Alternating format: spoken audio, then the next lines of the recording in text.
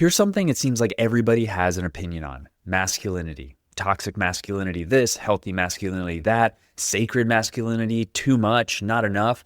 How did we get here? If even hearing that word makes you tense up or roll your eyes or think, here we go again, I want you to pay attention to that reaction. Because even if hearing the word masculinity stirs something inside of you, that's a symptom of the very struggle you face in your marriage. If you can't stay grounded in this conversation, how will you stay grounded when your wife brings her complaints or her emotions to you?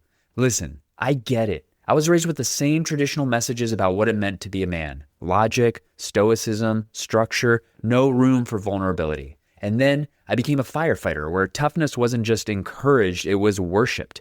That made me successful at work, but at home, it left me completely unprepared for the intimacy that my wife was asking for. Here's what I want to share with you today. What most of us were taught about being men will set us up to fail as husbands. As one of my mentors, Terry Real, says it, what you learned as a boy about being a good man will guarantee you'll be seen as a lousy husband today. But there is a way forward. In this episode, we're going to talk about why traditional masculinity leaves men drowning when it comes to intimacy, why swinging to the other extreme by becoming the sensitive guy doesn't work either, and how to stop giving away your power and instead reconfigure it into wholeness, strength that includes vulnerability, love, and connection. Plus, we're going to go over why choosing this path takes courage and also why it might be the most heroic thing you'll ever do. So if you're serious about becoming a better husband, don't go anywhere. Stick around. There's something here that could change the way you see yourself and your marriage forever.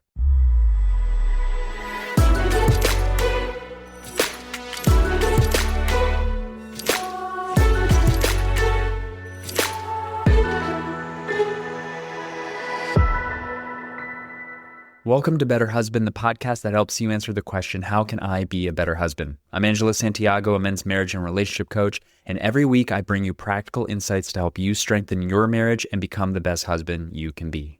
Let me start off with this. I grew up with well-meaning parents and role models who taught me what they thought being a man was all about. Be logical, be in control, keep your emotions in check, be respectful, and don't make a scene. That wasn't just advice, it was the expectation, the way of being. The roadmap from going from boyhood to manhood. And at school, with friends, in sports, it was everywhere.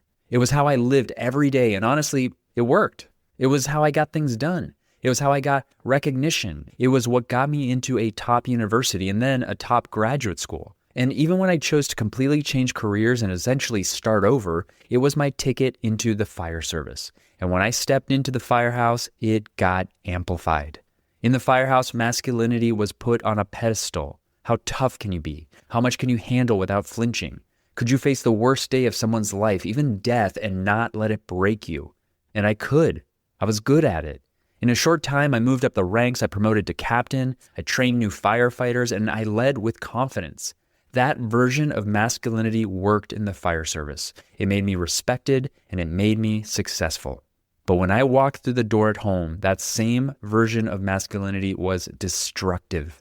I thought being a provider, being strong, being steady would be enough, but it wasn't.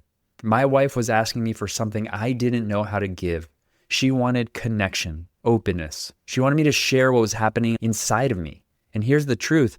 It's not that I didn't know how to share it. I didn't even know how to tap into what was going on inside of me. It was locked up from others and locked up for myself. I wasn't raised to see vulnerability as strength. I was never taught that intimacy required it. I honestly didn't even realize that was something a marriage needed. My parents seemed to love each other, and I never saw my dad talk about his feelings. I never witnessed my mom ask for more openness from him. I feared that if I let my guard down, if I showed weakness or tenderness, I wouldn't be the strong man I thought I needed to be. And that fear kept me stuck. It kept me distant from my wife, and it nearly cost me the marriage I now fight for every day.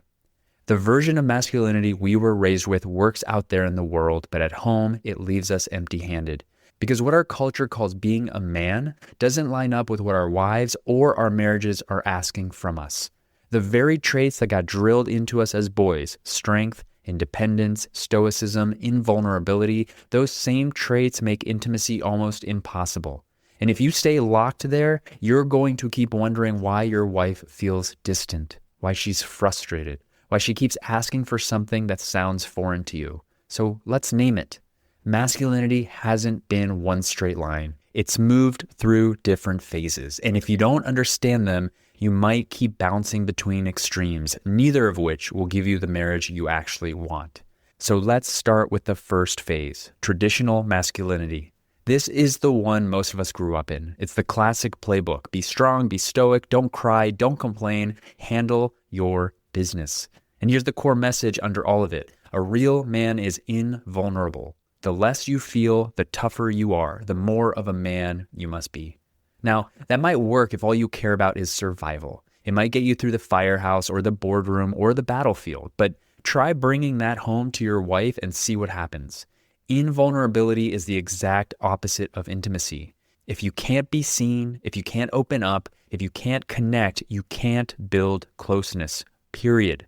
Some men tried to break out of that mold, and that led to the second phase, the sensitive guy, the new age man, open, emotional, vulnerable. Sounds good, right? But here's the problem. A lot of these guys dropped their strength in the process. They swung from one half of the equation to the other, still incomplete. Sensitive, but dependent. Vulnerable, but lacking a backbone. And that doesn't work either. Women don't want to carry a man who can't hold his own weight. And then there's the third phase, reactionary masculinity. This is what we're seeing a resurgence of today, a backlash. Men doubling down on toughness, on control, on dominance, the loud, screw you, I'll do what I want kind of masculinity. And while it may look powerful, underneath it's the same old fear of vulnerability, the same contempt for intimacy. So here's where we stand. Whether it's the old school tough guy, the overly sensitive guy, or the reactionary alpha male guy, none of those models work if what you want is a real marriage. None of them prepare you for intimacy, accountability, or emotional connection. So if none of those models work, where does that leave us? It leaves us with a different path, a path most men were never shown, a path of becoming whole. This is where I want to be clear. I'm not asking you to give up your strength. I'm not asking you to lose your edge. What I'm asking you is for you to reconfigure your power. I want you to be powerful and loving and connected and respectful of your partner all at the same time. Think about that. Power and love, strength and vulnerability, courage and tenderness, connection and leadership, walking and chewing gum at the same time. That's the invitation. This isn't about being less of a man. It's about becoming a whole man, one who can show up strong in the world and open at home, one who can still provide and protect, but also connect and nurture. This is fundamental change. This is transformation. This is something we can all aspire to. To move from traditional masculinity into wholeness means stepping into new territory. It means doing what your father may not have modeled, what your buddies may not understand, what the culture at large does not reward. That's why it feels so uncomfortable. That's why it takes courage, because you're not just learning a few new skills, you're becoming a different kind of man. And here's the good news. You don't have to figure this out on your own. Most men know something is off. They feel the distance in their marriage. They feel their wife's disappointment. They feel the weight of it, but they don't know what to do differently. They're drowning in an old script. And that's where the rescue comes in. There are options out there for you, but you have to be willing to say yes. You have to be able to admit that you need support, and that doesn't mean you're weak. It means you're honest and you're willing to put in the work to save your marriage. That's what this work is. It's a life raft. Because you've been handed a playbook that doesn't work anymore. Nobody taught you how to be both strong and vulnerable. Nobody showed you how to hold power with love. So when I hand you this raft, I'm saying there's another way. A better way. But let's be honest, taking hold of it isn't easy. This is something new. It means moving out of step with what your father showed you, out of step with your peers, out of step with the culture at large. And that's scary, and it's lonely, and it's vulnerable. And that's why so many men resist it. But if you take up this challenge, if you choose to step into wholeness, you are doing the most courageous and heroic work of your life.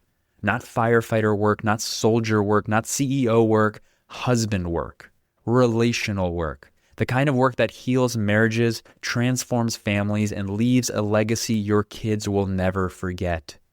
Good for you if you're willing to take that step. Good for you if you're grabbing hold of that raft. That makes you a hero in the truest sense of the word. But let's look at the other option. What happens if you don't take the raft? If you keep clinging to the old version of masculinity? Here's what I see over and over. At first, nothing seems urgent. You go to work, you provide, you keep things moving, and you tell yourself that's enough. Meanwhile, your wife feels alone in the marriage. She feels like she can't reach you, and the gap between you slowly gets wider. You may not notice it at first, but resentment starts to build. Conversations turn sharp, intimacy fades, you start feeling more like roommates than partners, and one day she tells you she doesn't know if she can do this anymore. That's the cost of staying the same. You might not feel the pain until it's too late, and even if the marriage doesn't end, what do you really have? A wife who doesn't trust you, kids who never learned what an emotionally connected father looks like, a life where you stay safe but small. And let's not just talk about relationships. There's a cost to you too. Carrying invulnerability is heavy. It takes a toll on your body, on your health, on your soul. Men who live shut down live shorter lives. And that's not just statistics, that's the reality of stress, isolation, and hiding. So hear me on this. The risk of staying in old masculinity is greater than the risk of change. You might think it's safer to do nothing, but the truth is, doing nothing costs you everything. And that's why these action steps matter. They may seem small, simple, but they're the start of a new way of living. If these words are resonating with you, here's what I want you to do this week. I want to take a quick break to tell you that I have a brand new workshop available and it's totally free. If you've been listening to this podcast and you're ready to go deeper, I want you to check out my training, The 3 Secrets to Becoming a Better Husband Without Endless Therapy, Hating the Process, or Pretending to be Someone You're Not. Inside, I walk you through 3 key shifts that changed everything for me in my marriage and for the men who have used this to lead more connected, intimate, and grounded relationships. You can watch it now at betterhusbandsecrets.com, and like I said, it's totally free. It's the clearest breakdown I've ever shared of what actually changes a marriage from the inside out. So if you're ready to really do this work, go to betterhusbandsecrets.com or click the link in the show notes. Now, back to the show. So let's make this practical. How do you actually start stepping into wholeness? There are 4 things you can do this week to start shifting from old masculinity into wholeness. 1, reflect on what you've learned. Think about the lessons you've picked up about being a man. Where have they moved you forward in work, friendships, or leadership? And where have they held you back, especially in your marriage? Don't judge it, just notice it and be honest. 2, admit you might need help. If you want change, stop pretending you can do it alone. Explore what the life raft could look like for you. I'm not saying it has to be me, but it has to be something, a group, a mentor, a coach, a trusted friend. Don't drown when there are hands reaching out for you. 3, explore your emotions. Just start simple. Mad, sad, glad, afraid. Can you name one of those in your day? If you feel brave, share it with someone, maybe even with your wife. Again, mad, sad, glad, afraid. See when one of those comes up and name it. 4, drop the armor when you walk through the door. If you carry traditional masculinity at work, that's fine for now. Sometimes it's needed, but when you get home, shake it off. Leave it outside. Your wife doesn't need the firefighter, the CEO, or the soldier. She needs the whole man, open-hearted, connected, and present. None of this is about doing it perfectly. It's just about doing it differently. And every time you practice it, you're breaking from the old script and stepping closer to being the man that your marriage actually needs. Now take a moment and ask yourself these questions. 1, when did I first learn that vulnerability wasn't manly? Who taught me that message directly or indirectly? 2, how has traditional masculinity helped me succeed in the world, but hurt me at home? 3, which part of wholeness feels most uncomfortable for me right now? Sharing my feelings, asking about hers, or using my strengths in a way that connects instead of controls? And 4, where in my marriage do I most need the life raft? Where am I drowning and trying to act like I'm fine? These aren't questions to rush through. Really sit with them. And if you want, journal about them if you can. Even better, bring one of them into a conversation with your wife this week. Here's what I want you to leave with today. The old playbook of masculinity will leave you stuck. It may have worked in the firehouse, in the office, or out in the world, but at home, it will fail you. The way forward isn't about losing your strength. It's about becoming whole, reconfiguring your power, learning how to be strong and vulnerable, courageous and open, powerful and loving. That's the man your marriage needs. That's the man your kids need. And that's the man you were meant to be. This isn't easy work. It's out of step with what most men were taught, but that's exactly what makes it heroic. If you're even considering it, you're already started on the journey. And if you know you need to do something, but you're not sure what the next step is, here it is. Go to betterhusbandsecrets.com and watch my free training, The 3 Secrets to Becoming a Better Husband Without Endless Therapy, Hating the Process, or Pretending to be Someone You're Not.